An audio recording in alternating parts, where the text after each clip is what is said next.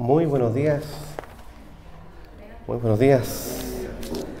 La idea es que también nos saludemos, que sea un tiempo de compartir, reverente delante del Señor, pero un tiempo de compartir entre nosotros también.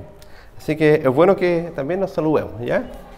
Y les recuerdo también, esto no es parte del sermón, pero es parte de la vida cristiana, que cuando salgamos de acá, y quizás vamos a estar apurados yéndonos hacia afuera para que entre la otra iglesia, dedique tiempo a buscar a otra persona. Incluso si no conoce, si se siente incluso hasta nuevo, dice que no conozca a nadie, busque a otra persona. Y al revés también, si dice, ¿sabes qué? La persona que yo llevo más tiempo, yo ya me siento antiguo ya llevo 2 semanas en la iglesia, así que puedo ir a saludar a otra persona también, ¿ya? Y no sea solamente alguien de antiguo o nuevo, es un tema de ser hijo de Dios, que es compartir con otros, ¿ya? Así que los invito también a compartir después de esta reunión, tener un tiempo de conversar, de conocerse, saber de dónde viene, cómo llegó acá y contar la historia que el Señor ha hecho con ustedes.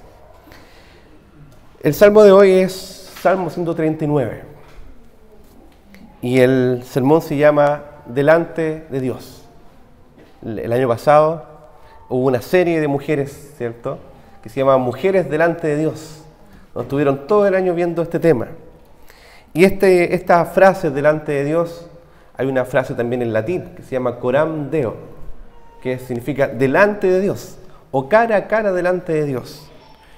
Y la idea que hay detrás es, estando en la presencia de Dios, bajo la autoridad de Dios, conforme a la palabra de Dios, viviendo para la gloria de Dios. Eso implica vivir coram Deo, o delante de Dios. Si uno se pregunta por un salmo en que uno puede ver los atributos de Dios, el Salmo 139 es uno de ellos. O sea, todos son muy claros, todos hablan acerca de Cristo, siempre. La palabra de Dios habla de Cristo. La palabra de Dios habla de su atributo, de su carácter, de quién es. Pero acá vemos cómo este salmo es muy doctrinal, pero también es un llamado de adoración. A veces decimos que la doctrina es algo solamente para los teólogos, o la doctrina es algo para gente que está quizás en el mundo académico, religioso, o la doctrina es para dividir, o la doctrina es la que separa a las personas. Pero la doctrina, la palabra doctrina es enseñanza. De hecho, en la Biblia habla acerca de seguir la sana doctrina, la sana enseñanza de la palabra. Y la doctrina dice que es importante, que es vital, porque la sana doctrina es como la savia, es el alimento de nuestros corazones. Y la sana doctrina, que está en su palabra, lo que hace es guiarnos a adoración. O sea, la doctrina es para la adoración. Es para lo que se dice en su palabra, para la doxología, para estallar, para rendirnos en adoración.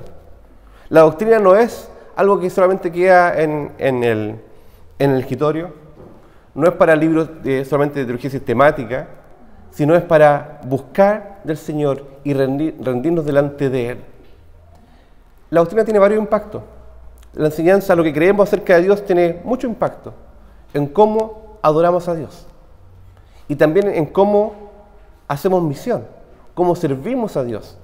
Y también tiene impacto en cómo vivimos unos con otros, cómo estamos en comunión con otros.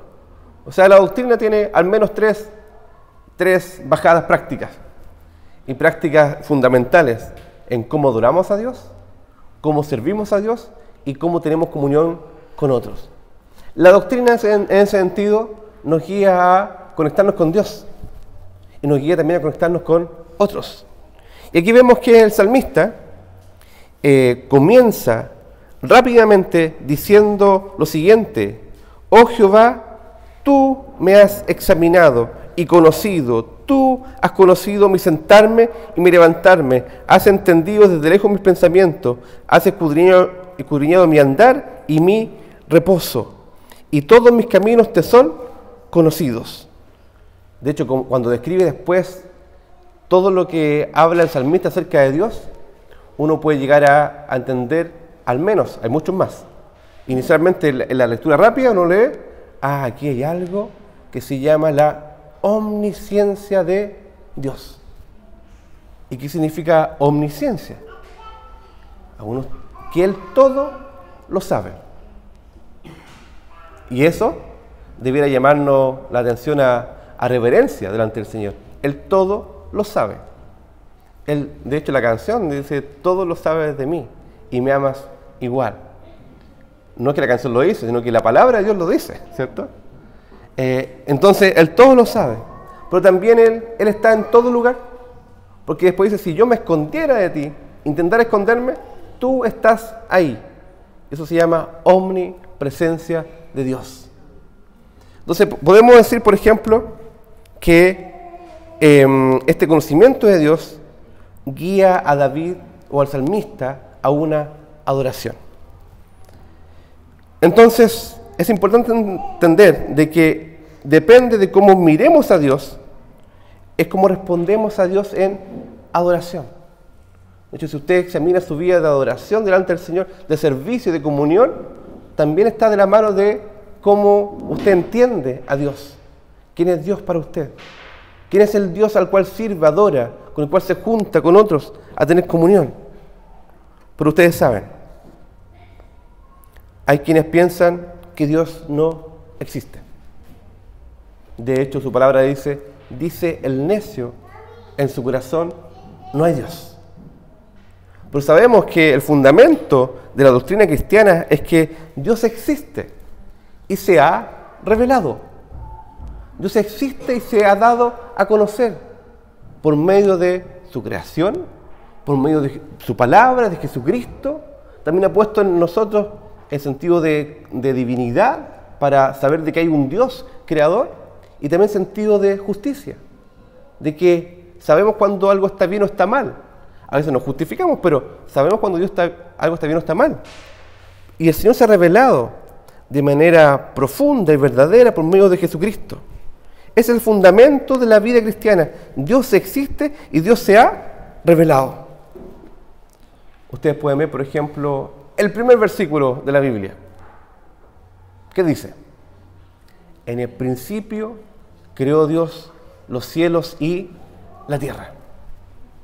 Él no anda diciendo, oye, te quiero pedir permiso para explicarte de que en realidad no fue esto otro. Dice, Dios es creador y es creador de todas las cosas.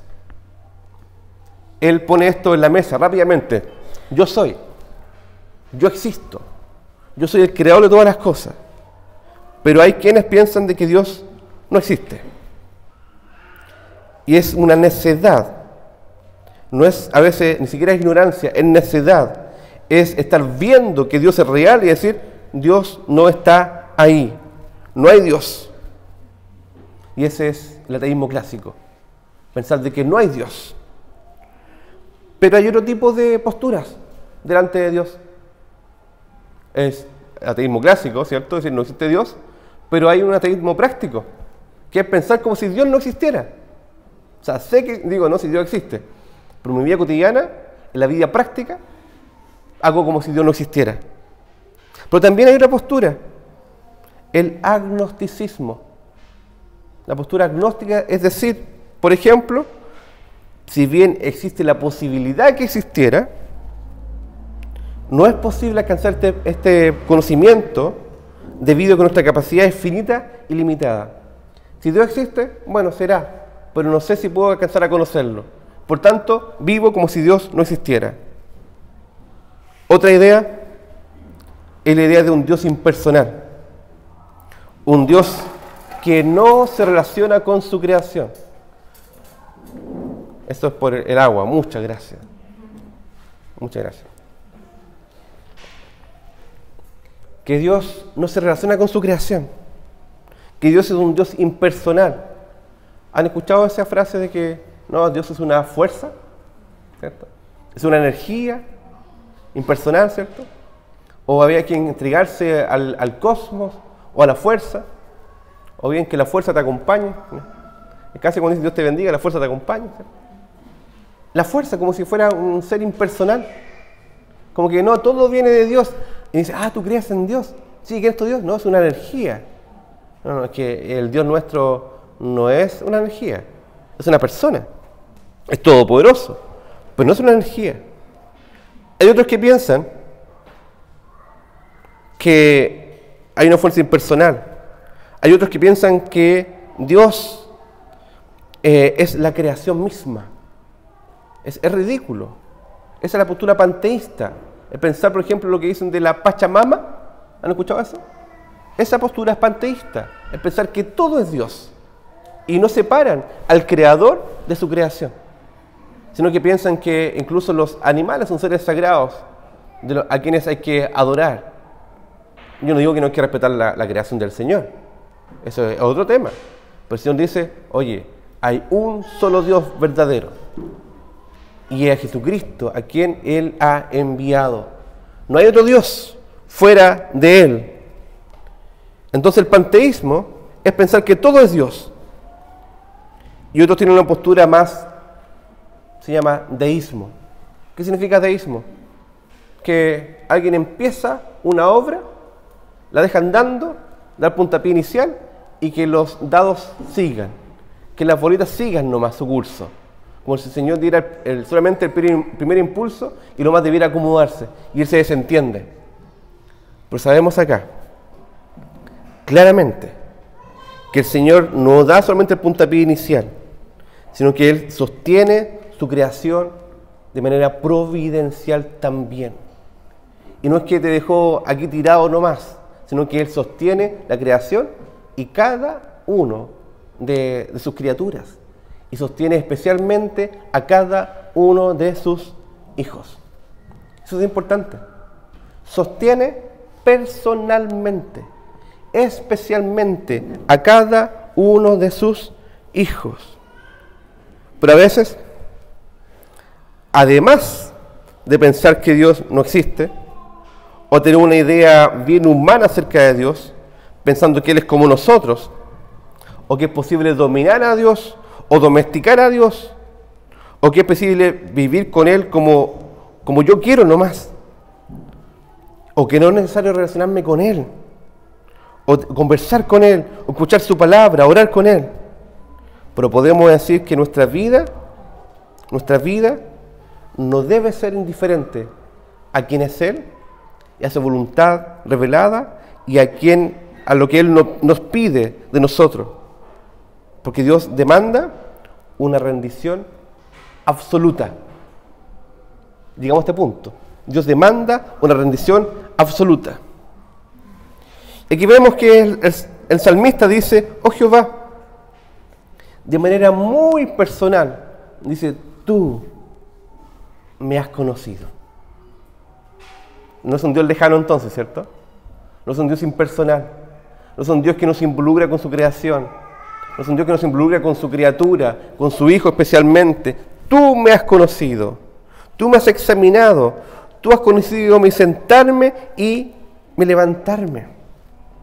Has entendido desde lejos mis pensamientos. ¿Se dan cuenta que aquí habla de que el Señor conoce todo lo que hacemos?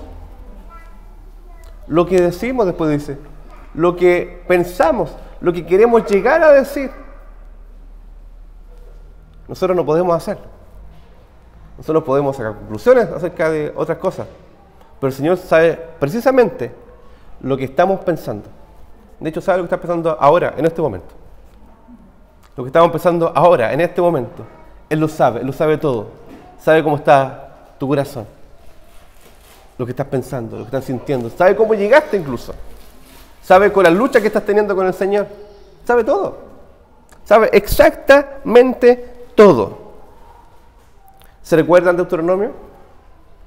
Cuando le instruye a los padres de familia, diciéndole, cuando andes por el camino, al levantarte, al acostarte, en las casas, enseñarás la palabra, ¿cierto?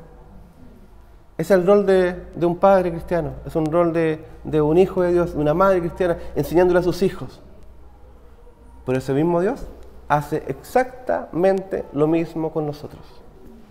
Él usa todo nuestro levantar, nuestro acostarme, lo que hacemos y lo que no hacemos. Él está ahí buscando pastorearnos, buscando enseñarnos y darse a conocer. Tú has conocido mi sentarme y mi levantarme. Has entendido desde lejos mis pensamientos.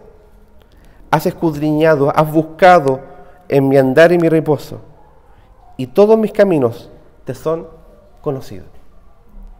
Él es Dios omnisciente, que sabe todo de manera simultánea de ti, de esta iglesia. En la mañana busqué cuántos habitantes hay en el mundo. Claro, cada segundo subía uno, bajaba otro, no podía seguir.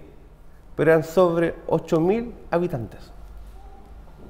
Y el Señor sabe cada uno de los pensamientos de cada uno de estas personas, incluyéndote a ti y a mí. ¿Eso no es maravilloso? Pues aún no está la palabra en mi lengua, y he aquí, oh Jehová, tú la sabes toda. Detrás y delante me rodeaste, y sobre mí pusiste tu mano. Tal conocimiento es demasiado maravilloso para mí. Alto es, no lo puedo comprender. ¿Se dan cuenta que dice detrás y delante me rodeaste? Es como cuando uno está entre la espada y la pared. Estoy allá y está el Señor. Me devuelvo y está el Señor. Voy a la derecha y está el Señor. Voy a la izquierda y está el Señor. Siempre está el Señor en todas partes. De hecho, cuando intentamos arrancar de la voluntad del Señor, cuando intentamos arrancar de estar en comunión con Él, uno avanza y el Señor está ahí. Dice, voy a devolverme. Dice, es que no puedo devolverme porque el Señor está ahí. Voy a salirme a la derecha, el Señor está ahí. Voy a la izquierda, el Señor está ahí para pastorearnos, para cuidarnos.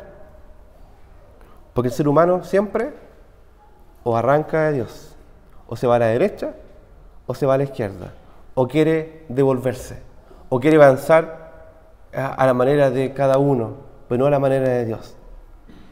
¿Eso lo identifica usted? ¿O solamente le pasa al salmista, a todos los hombres que están aquí en la Escritura, y me pasa a mí nomás? A veces queremos desviarnos a la derecha, a veces a la izquierda. A veces queremos devolvernos y a veces queremos avanzar más rápido de lo que Dios quiere que avancemos. Pero el Señor dice, no, yo estoy ahí para guardar los tiempos incluso. Después dice, ¿a dónde me iré de tu espíritu? ¿Y a dónde huiré de tu presencia? ¿Esa es una afirmación o es una pregunta? Es una pregunta, ¿cierto? Una pregunta que a veces uno piensa que puede decir, no, en tal lugar me voy a esconder de Dios y Dios no me va a encontrar. De hecho, he escuchado personas que dicen, no, sabes que en realidad a mí me gusta la iglesia grande. ¿Saben por qué? Porque voy ahí y nadie me conoce y veo que nadie se fija en mí. Y la iglesia pequeña, no, porque yo sé que voy a llegar ahí y la gente me va a conocer y yo no quiero eso. Pero ¿saben qué? Donde te escondas, sea grande o pequeña, el Señor te va a buscar ahí mismo y quiere encontrarse contigo hoy. Pero a veces nos escondemos de Dios. ¿Se recuerdan quién fue la primera persona que se escondió de Dios? Inmediatamente. Esa es la respuesta primera ante el pecado. Ante la respuesta primera al pecado es escondernos de Dios. ¿Quiénes se escondieron? Adán y Eva. ¿Por qué? Porque escucharon otra voz, distinta, diferente, y empezaron un camino de huida del Señor. ¿Quién fue el segundo hombre que huyó de Dios? Según la Escritura. Caín. Caín también huyó de Dios. En vez de ser llamado a arrepentimiento, de ver que la ofrenda delante del Señor no era santa, no era pura, no era agradable, ¿qué hace? Arranca y va en contra de su hermano. Y así ustedes pueden ver la Escritura, como todos los hombres buscan arrancar de Dios. De hecho, Babel, todos juntos se reunieron. ¿Para qué? Para arrancar de Dios. Para arrancar de su gloria, de su nombre, darle honra. Noé huyó, pero el Señor dijo, yo te voy a pedir que haga esto por muchos años. Y nos damos cuenta que el Evangelio es una carrera de largo aliento. Después vemos que Abraham quería huir, Isaac quería huir, Jacob quería huir. José incluso decía, por favor, sácame de esta cárcel. Claro, estaba bajo la voluntad del Señor, pero quería salir de ahí. Moisés, ¿no fue alguien que huyó también? Y así vemos cómo cada uno de los personajes de la Escritura, y nosotros a veces intentamos huir del Señor. El Señor se revela, el Señor existe, se ha revelado, se da a conocer, y el hombre se aleja de Dios. A veces entonces pensamos que nos podemos arrancar de Dios, que podemos ir a un búnker donde nadie nos va a encontrar. ¿Se han puesto a pensar de repente si viene un terremoto? Porque hay años que no hay un terremoto acá en la zona. 2010 fue el último, pero les digo algo, no sé si para animarlo o no, pero ese epicentro no fue acá en la zona, fue lejos. El último que fue en la zona fue el de los grandes, el 85. Un dato rosa nomás, ni siquiera un dato... cosas que a nadie le importan, ¿eh? Pero digo, ya, si hubiera un terremoto, ¿dónde me escondo? ¿Vive en edificio? ¿Vive en casa? ¿En qué piso vive? O sea, me gustaría tener un búnker, dice uno, donde nada pueda pasarme delante en ese lugar. Ahí me voy a esconder. Ahí voy a estar seguro. Nuestro escondite es donde pensamos vanamente que estamos seguros, que estamos a resguardo, que estamos cuidados.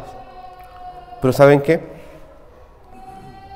A veces estamos escondidos delante del Señor y hemos levantado nuestro búnker, y nuestro búnker se llama ideas falsas, nuestro búnker se llama justificación, nuestro búnker se llama expectativas, nuestro búnker se llama sueños, nuestro búnker se llama agenda, nuestro búnker se llama preocupación. Porque no solamente digo a alguien que está arrancando del Señor de manera así como wow, escandalosa, sino cuando decimos, ¿sabes qué? No quiero orar, no quiero conversar con Dios, es que tengo tantas cosas que hacer, es que mi agenda está tan llena de cosas que prefiero no buscar a Dios y refugiarme en lo conocido, refugiarme en mis ideas, en mis expectativas, en mis justificaciones, en mis sueños, en mi agenda. Pero si uno dice, no, yo incluso ahí, en tu agenda atareada, te voy a ir a buscar. Te voy a ir a buscar. Pero quiero que cuando hablamos de arrancar de Dios y que si Dios nos va a buscar, no es la imagen que uno ve de repente en la Patagonia, que uno dice, wow, de repente mira el puma agarró a este animal indefenso. Como que va y lo agarra. Y arranca el animal y el puma lo agarra. No es eso, el Señor no hace eso. Es todo lo contrario. Es el buen pastor que va, que ve que su oveja indefensa y porfiada decide ir al despeñadero. Él va, se arriesga, busca, va a buscar, levanta, consuela, pone en el redil, dice, aprende a vivir en verdes pastos, donde yo te haré descansar. Cuando el Señor te va a buscar, eso es bueno. Eso es bueno.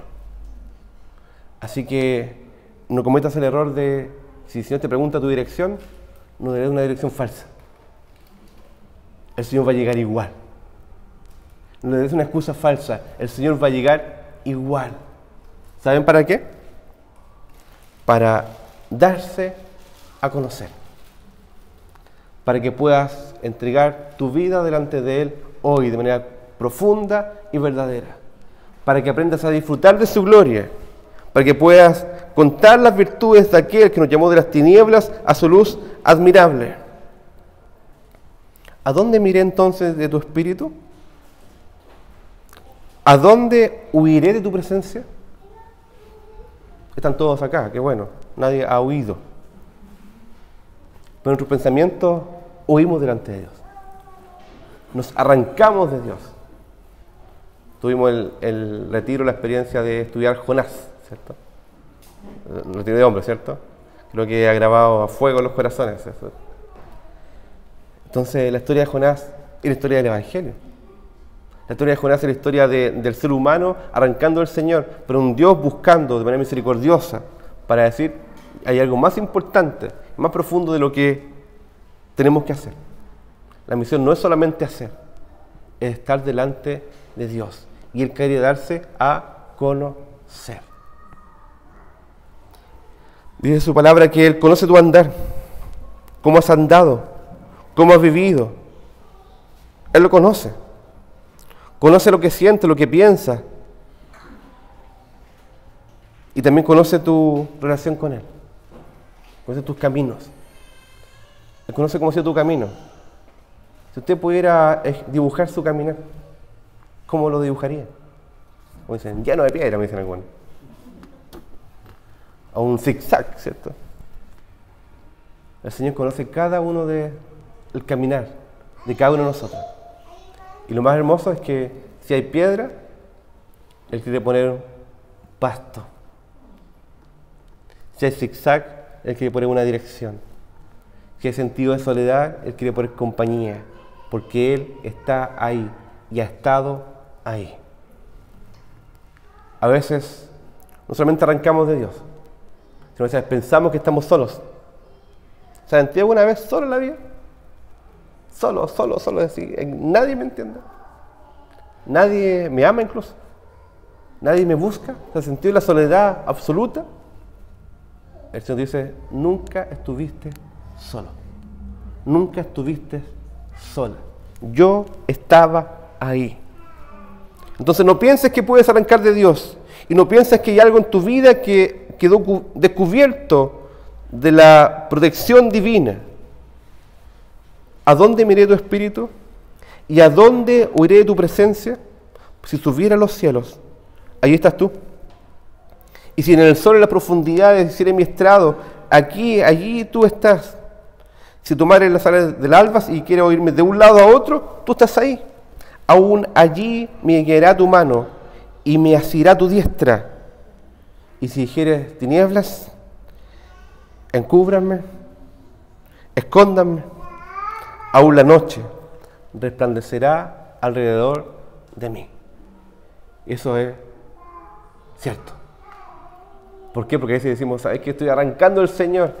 Y ahí viene el Señor y en la oscuridad, ¡pum!, me habla. O bien estaba carreteando y de repente el Señor te habla. O estaba arrancando el Señor y de repente una palabra de una persona, el Señor me está hablando. Y tú sabes. Aún las tinieblas no encubren de ti, y la noche resplandece como el día. Lo mismo te son las tinieblas que la luz. Y te dice, ¿por qué? Porque tú no eres un número más, no eres uno más de los 8.000 millones de habitantes. Tú eres especial porque yo te creé. Especial porque Él te creó, no porque sea especial por sí mismo. Porque Él te creó. Porque tú formaste mis entrañas. Tú me hiciste en el vientre de mi madre. ¿Se dan cuenta de eso?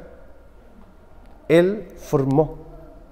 Y quien está embarazada y está formando un ser, un hijito, una hijita. ¿Para qué? Para darse a conocer. Él conoce hasta las entrañas. Y ahí viene la respuesta del salmista. Y dice, te alabaré, porque formidables, porque maravillosas son tus obras. Estoy maravillado y mi alma lo sabe muy bien. ¿Sabe lo que habla acá? Esa pequeñita Dios la creó. ¿Cierto? Y Dios la cuida, miren. Se la protege. De manera especial. ¿Y saben cómo responde el salmista? Con adoración, pues también con asombro. ¿Me sigue? Con adoración y asombro. Estoy maravillado. Y ese asombro, el Señor quiere que lo mantengamos, que cada día nos asombremos de sus maravillas. Por eso estamos tan cegados que no somos capaces ni siquiera de reconocer y agradecer que Dios ha estado con nosotros, que Dios nos da vida, que nos da su provisión, que nos da lugar para vivir, nos da su iglesia, nos da su salvación, que es lo más preciado que tenemos, nos da su Espíritu Santo, nos da su palabra, la herencia incorruptible que tenemos en Cristo. Nos da que somos hijos adoptados por el Señor, que tenemos herencia. ¡Wow! Deberíamos contar las maravillas del Señor. Deberíamos contar sus virtudes y contar sus bendiciones hacia nosotros. Te alabaré, dice. Es una respuesta al asombro de quién es y de cómo es con nosotros. Mi embrión vieron tus ojos, y en tu libro estaban escritas todas aquellas cosas que fueron luego formadas. ¿Te miras al espejo? ¿Cómo te ves? ¿Hermoso? Dice, algunos con más fe que otros, ¿cierto? Dice, oh, esto no me gusta de mí. Esto me encanta de mí. Eso es lo más difícil de encontrar, ¿ya? El que es pequeño dice, pucha, soy muy pequeñito. El que es alto, pucha, que soy alto. Pero aquí dice el Señor que todo fue escrito en un libro para ver cómo iban a ser. Cómo tú eres. Tu físico incluso. Tu forma de hablar, tu forma de caminar, tu estructura ósea, todo. El Señor lo planeó de manera perfecta para que con lo que eres puedas adorar a Dios y conocer a Dios. Entonces, no reclames por tu cuerpo. Esta es una salida práctica incluso. Cuida tu cuerpo, sí, pero no te aflijas por tu cuerpo. No te aflijas por cómo te ves, o cómo te ven los otros, o cómo crees que tienes que verte.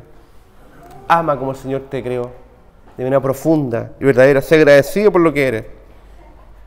Es lo que hay. Pero lo que hay es lo que el Señor creó, ¿cierto?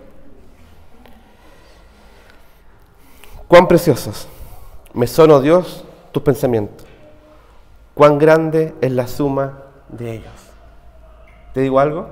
Algo que está muy olvidado de esta cultura, que es necesario aprender a adorar a Dios, incluso siendo agradecidos por cómo somos físicamente. Agradecidos. Señor, gracias, Señor, por cómo soy. Tremenda oreja que tengo, pero gracias, Señor.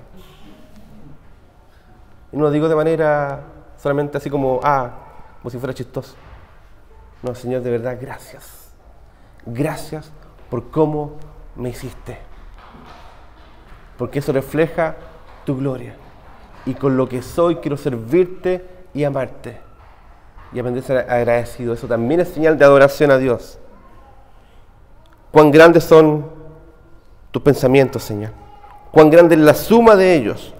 Si lo enumero, se multiplican más que la arena. Y fíjense, un Dios infinito, dice, despierto y aún estoy contigo. Ese Dios infinito, todopoderoso, creador del cielo y la tierra, omnisciente, omnipresente, que sabe todo de ti, tu historia, la historia de tu familia, sabe completita. Así y todo, tú despiertas, y si quieres arrancar de Dios en el sueño, tú despiertas y aún el Señor está ahí contigo. Él no se ha ido y no se va a ir y te va a buscar. Y el Señor nos dice, de cierto Dios hará morir al impío. Me dice, ¿por qué dice esto? Porque si eres hijo de Dios, tienes un privilegio de conocer a Dios. Porque hay una consecuencia. Si no eres hijo, vas a morir. Y vas a morir eternamente. Oh, qué malo es Dios. Si te dice, ¿sabes qué? Soy tan bueno que vengo y me involucro a tal forma que entrego a mi Hijo unigénito para que todo aquel que en él cree no se pierda, mas tenga vida eterna. Y hoy, si tú no crees en el Señor todavía, si aún tú no eres hijo, o si tienes la duda incluso, te dice, ¿sabes qué? Ven, Entrégate. Pide perdón por tus pecados y Él te perdona. Y Él te levanta y te hace una nueva criatura. Y después dice, examíname, oh Dios. Si eres hijo, el llamado es a examinarse aún más. A ser examinado por el Señor. Que Él haga esa obra. Obra que nosotros ni siquiera podemos hacer de manera profunda y verdadera. Examíname, oh Dios, y conoce mi corazón. Pruébame. Examíname, pruébame. ¿Le gustan las pruebas? Cuando estaban en el colegio, ¿le gustaba cuando dijeran, ¿sabéis qué? Vamos a hacer prueba, sorpresa? ¿Le gustaba? Y todo, ¿cierto? Una sorpresa, qué bueno. No nos gustan las pruebas. Se nos dice, y el salmista dice, pruébame. ¿Saben por qué? Porque en la prueba hay paciencia, hay esperanza, hay fe. En la prueba uno ve a Dios. No era la prueba por la prueba nomás. Es, Señor, pruébame y veré a Dios. Si estoy siendo probado, Señor, lo que estoy viviendo es para verte a ti. Y no quiero arrancarme de la prueba. A veces que nos queremos arrancar de Dios, arrancarnos de la prueba. No, pruébame. Y si estoy en la prueba, uno dice, ¿qué tengo que pedir a Dios que me pruebe si ya estoy más probado? Si estás probado, deja que el Señor esté ahí y tú puedas despertar dentro del Señor. Señor, aquí estoy. Pruébame y conoce mi pensamiento. Y ve si hay en mí camino de perversidad y guíame en el camino eterno. ¿Saben por qué? Porque ¿quién es el camino eterno? Es Cristo el Señor. No es un método, no es una religiosidad, es el Señor, porque Él es el camino eterno. ¿Me sigue? Que el Señor nos guíe a responder en adoración a este Dios omnipresente, omnisciente, infinito, creador, que todo lo ve, que todo lo sabe y que además quiere involucrarse contigo y te va a buscar y te va a buscar una y otra vez. Los invito a orar.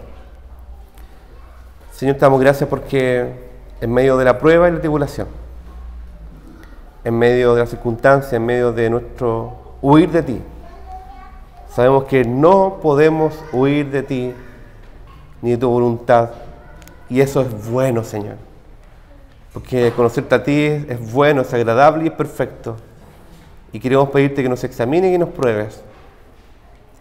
Y poder encontrarte a ti, Señor. Y poder encontrarnos con el camino. Y si estamos probados, Señor, no queremos arrancar de la prueba, ni arrancar de ti. Queremos disfrutar de tu camino, de ti mismo, Señor. Aquí estamos, Señor, para servirte y amarte. Y para ser encontrados por ti y responder en adoración. En el nombre de Jesús. Amén.